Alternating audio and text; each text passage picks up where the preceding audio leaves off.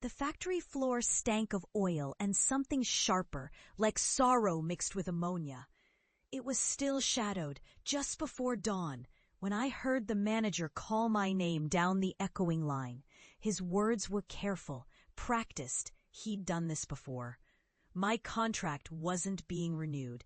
Something about budget cuts, my position redundant, an apology he practiced for people like me who didn't belong anyway. The others looked up, half interested, faces smudged with sleep and grease. A few already guessing. Someone coughed and turned away. No one offered a word. I felt my face grow hot, but I just nodded, collected my things from the battered locker, and walked out onto the wet cobblestones of Trastevere, where the morning traffic was just beginning like sputtered rain. The thing is, I didn't really care about assembly lines or stamped steel. I wanted to bake, peculiar maybe for the son of a toolmaker. But I remembered afternoons as a boy watching Nonna fold lemon-scented dough with big serious hands in her tiny flat. I wanted to knead and shape and coax something golden from sugar, flour, and hope. But who grows up wanting to frost cakes for a living? In my family, it's a joke. I'd heard the laughter 1,000 times. I wandered past the shuttered pasticherias, drawn to the memory of their smells, yeast, vanilla, chocolate melting in the sun. My heart twisted with grief. But behind it, clarity, the kind you get at 4 in the morning when the world is empty and every possibility feels earned. I stared at my palms, still speckled with black grease, and imagined them dusted with flour, stained with egg yolk.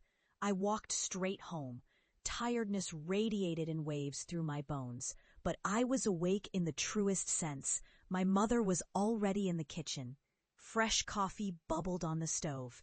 She pushed a plate of bread at me, then paused when she saw my face.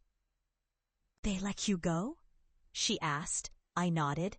There was a long silence. "At least you lasted longer than your cousin," she said, and then she tapped her fingers against her mug.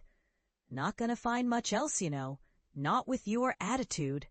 Her eyes followed mine to the shelf, where a battered copy of Cucina Dolce d'Italia sagged between cookbooks, spine cracked from years of use. "Don't start," she muttered. "Pastries, Giuseppe? It's not serious work." But the clarity remained. A kind of bitter certainty. She'd laughed when I made cream puffs as a boy, called them donkey's pillows. At family parties, uncles snickered when I brought crostata instead of meat. I was always the soft-handed son, the one with sticky fingers and sweet dreams. Rome is cruel to aimless men. But now I had no job, no reason not to try. I ate the bread, feeling the actual ache in my jaw, and thought about my own version of steel and fire. That day, I walked for hours, looking for any kitchen that would let me in, even for free. 3 times a chef told me to get lost. Twice I was laughed out the door. I started showing up before sunrise with a white apron tucked in my bag, waiting outside the back door of old bakeries, offering to sweep or mop. Sometimes I was invited in, sometimes not. But I kept coming, quiet as a shadow. For weeks I worked in the belly of Rome's oldest kitchens, moving silently between sacks of flour, burning my fingers on trays, learning the anger of impatient head bakers, and the dignity of dough rising for the 100th time. My hands changed, grew rough and burnished, laced with little scars. I learned to read the silence inside an oven, how steam whispers secrets when the bread is ready, how chocolate chunks surrender under a hot knife. It paid almost nothing, but I fed myself on odds and ends, broken biscotti, day-old brioche, coffee from a cracked cup.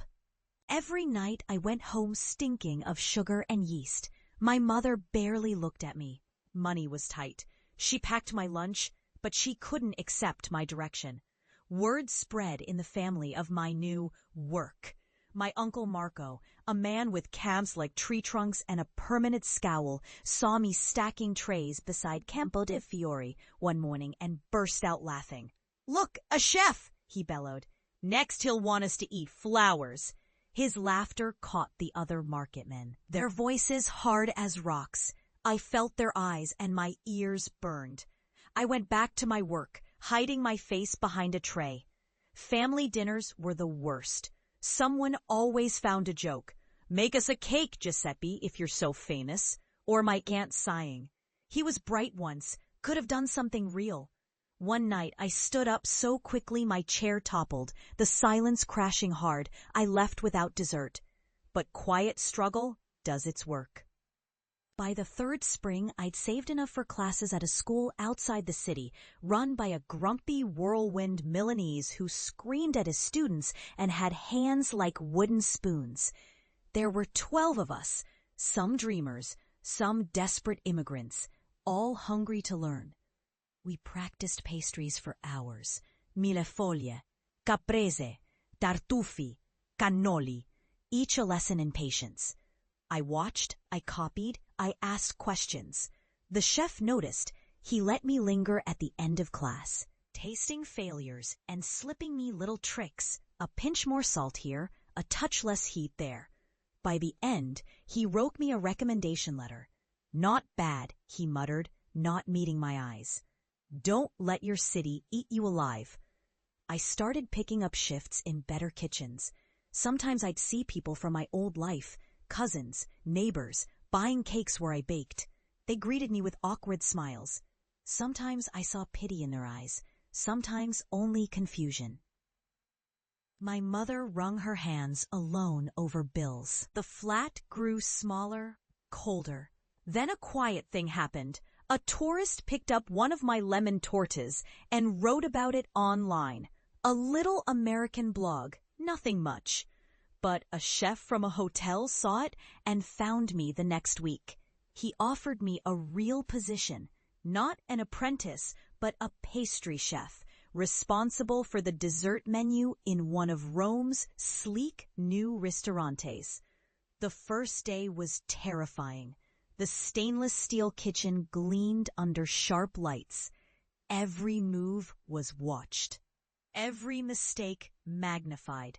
But I went in early, stayed late, worked until my back ached and my eyelids sagged, filling the cases with new inventions: pistachio semifreddo, blood orange tarts, a hazelnut chocolate cake that caught on quickly.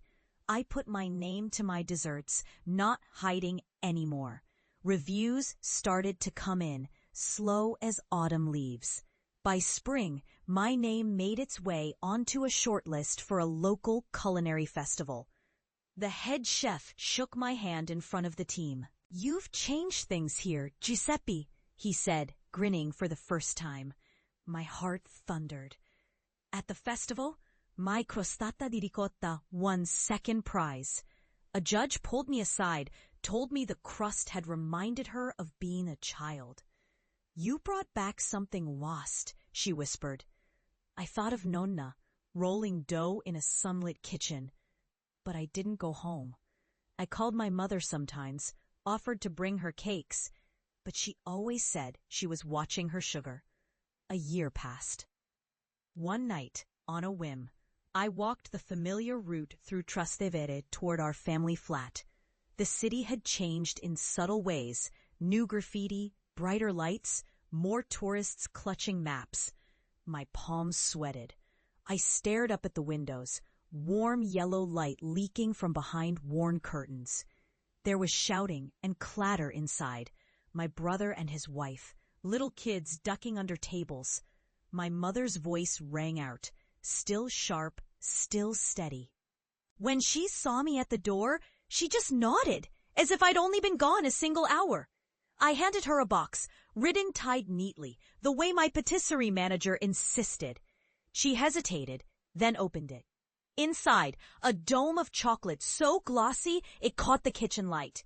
Inside, layers of sponge, pistachio cream, candied orange. She blinked, silent.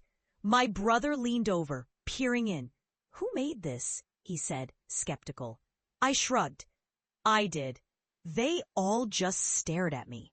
My Uncle Marco, lips pursed. Thomas tried to make a joke, but it died somewhere behind his eyes. We sat down for dinner, all of us crowded close, knees knocking.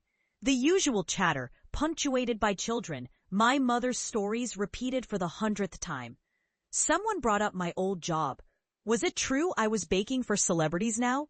I nodded, not willing to say more.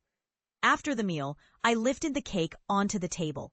I handed my mother a knife she'd inherited from Nana, the blade worn thin. She looked at me, then at the cake, and her hands trembled as she cut the first slice.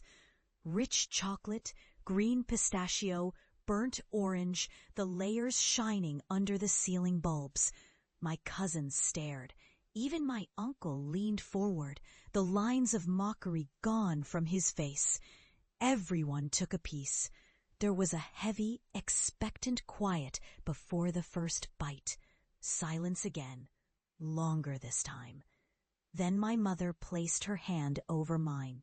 Her eyes, usually hard as river stones, shone softly. "You did this?" she said, voice small, her lips quiver. I looked around, saw the faces that had once been closed to me, smiling, amazed, reaching for seconds, as if they could eat their own disbelief.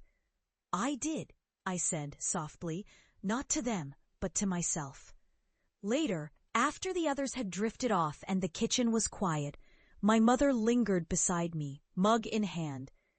"Your Nonna would be proud," she said, as if it was a confession she'd rehearsed.